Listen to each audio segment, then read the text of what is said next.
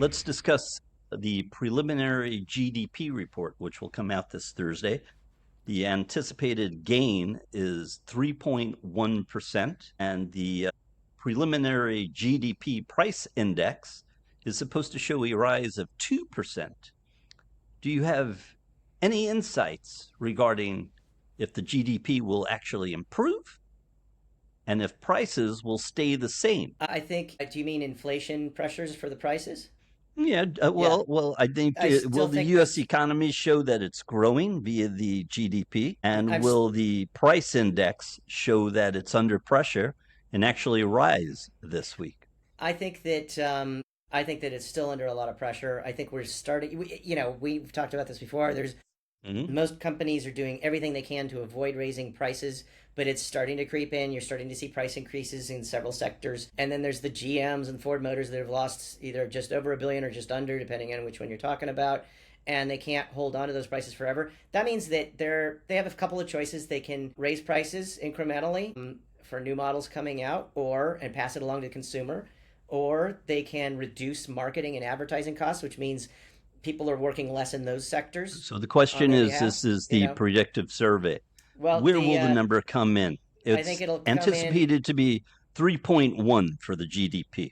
Okay, I think it'll come in just under that, and I think long term, when they look back at it again in a few months, they'll realize that it was overstated and that it's been actually weakening significantly more than that. But I think the numbers will probably come in about what you're saying. They're usually pretty good at guessing what it's going to be initially. I think Yeah, also they will give a rate cut of a quarter point, and I think that oh, that will yeah, help that look. juice some of this. And that's coming around the corner, as we know, because the jobs reports have been so abysmal as they sort of look back on them again, But and they should have so cut. They should have cut interest rates by 0.50 3 4 months ago, Scott. I've been yeah, but saying it all that's when along. everybody thought inflation was going to be coming up, and it is. Thought, thought, Yeah. thought. Well, it's But a predictive there's no. thing. They don't know what it's Yes. going to be. They have to look at logic. They have to look at, okay, all these tariffs, therefore it's going to be more expensive. Yeah, We but better Scott, hold out there are another month. Hold out ways. another month, another quarter. Yeah, but you can't base business on fear sometimes. Behavioral sentiment is a wonderful thing, but sometimes you have to take a chance. And you have enough technology, as I've said before, via computational statistics that they get every day if they really want to look at it, to basically make a decision. They should have made this decision long ago. Powell has been far, far too passive, in my opinion.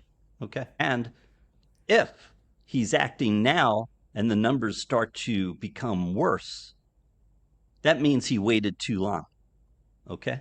That means that he's had a negative influence on the US economy. And if people are losing their jobs, for instance, suddenly in a stronger fashion, that will not help anybody. The price index is going to be interesting. Inflation, they say, on certain items has not really jumped significantly.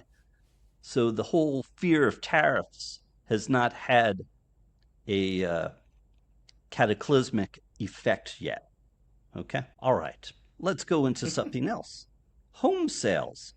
You've been bringing this up the last couple shows, and home sales will also, pending home sale numbers will come out on Thursday.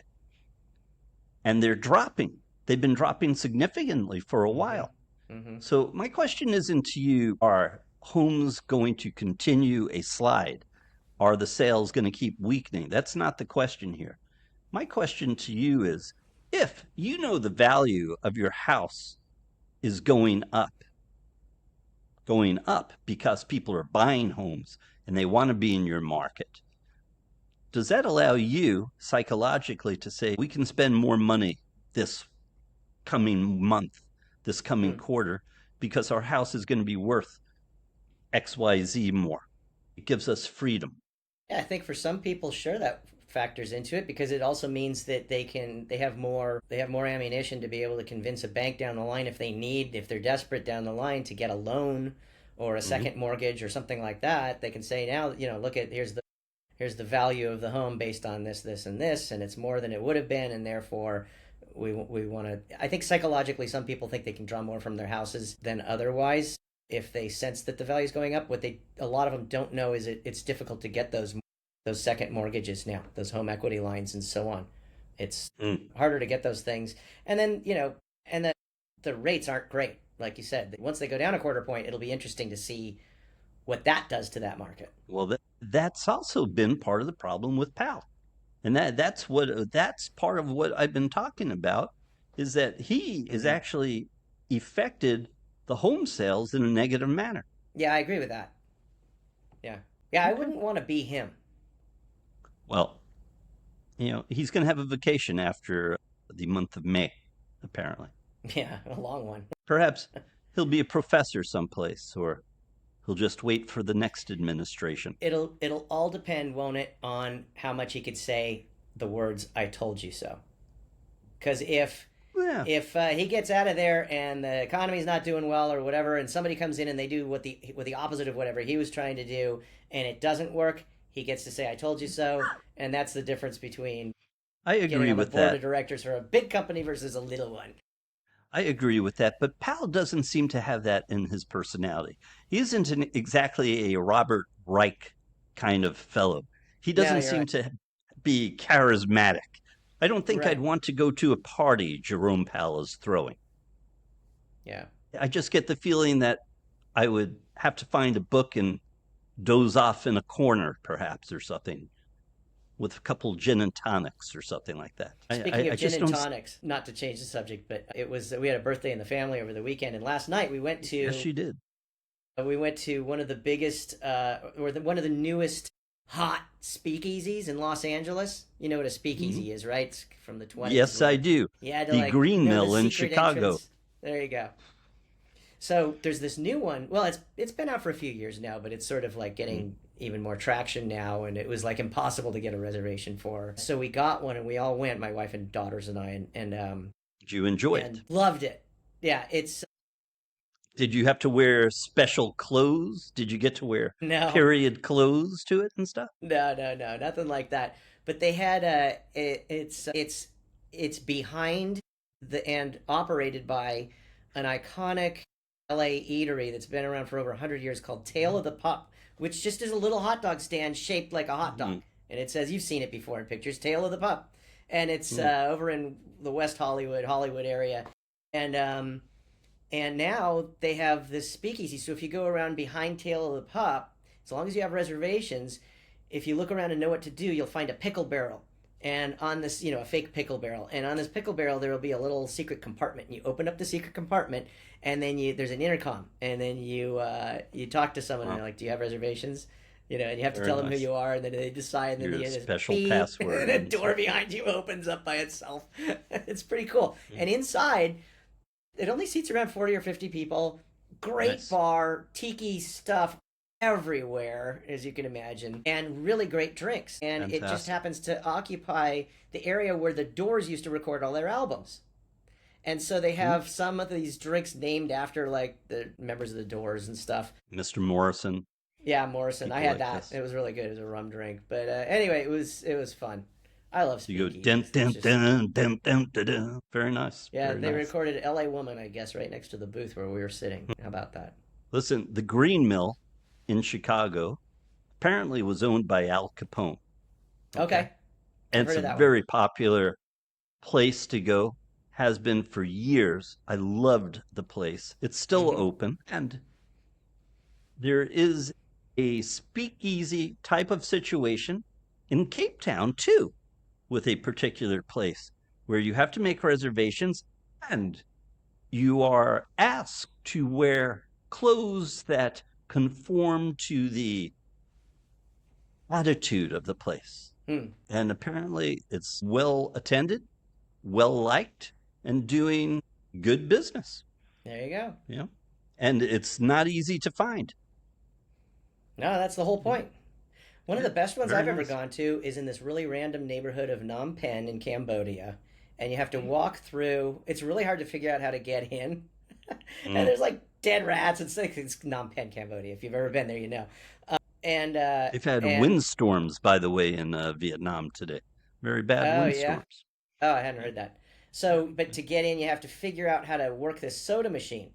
and then you get the soda machine to unlock, and then you find a handle and you open up the front of the soda machine, and it's a door. You walk right in, and there's like it's like a nightclub you'd find anywhere in the Western world. There's live bands and stuff, and people hanging out and drinks and upscale in the middle of this random neighborhood in Phnom Penh. It was really cool.